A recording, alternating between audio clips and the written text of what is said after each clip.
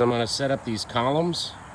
Right now you can see that this one has blocking in here to make sure it's in the center. Well, that's probably going to fall out when I pick it up because look, it's too tall. The column needs to be below the red iron because I want the red iron actually supporting the metal. So I'm going to need to trim the bottom. I don't want to trim the top because it may change. There may be a big difference between, you might see the reveal at the top, so I'm going to trim the bottom and then you won't be able to see that. So right now I'm going to figure out how much I need to trim the bottoms of these, and I'll do that later.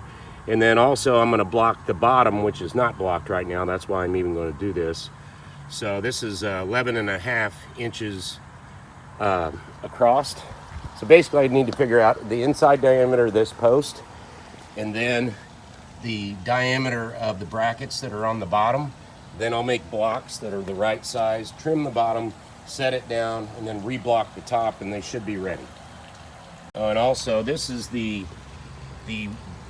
thickness of the shell, and they're pretty consistent, so I think I can use that number. So I take the outside diameter, subtract 2 of those, which is 2 sides, then I know the total inside diameter of the posts. Then I'll figure out the distance of the actual post itself and subtract that out, divide it by 2, and I should have the block length. And then I'll probably cut that down an extra 1/4 inch just to give myself a little bit of wiggle room, so I don't end up with the differences in the bottom. The way the bracket is, it's going to screw me up and not let the thing down. So once I cut it, I want it to go down one last time.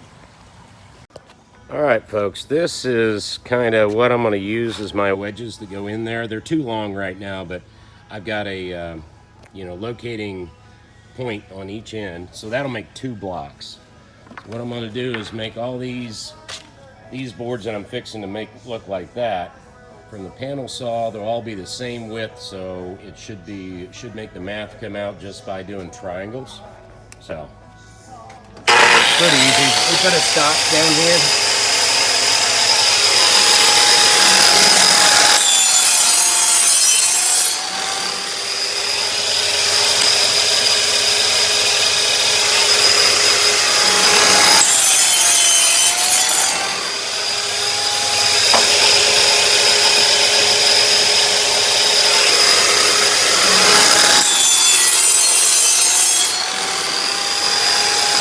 I'm going to make all these now. Basically, again, I'm using a block to maintain my distance.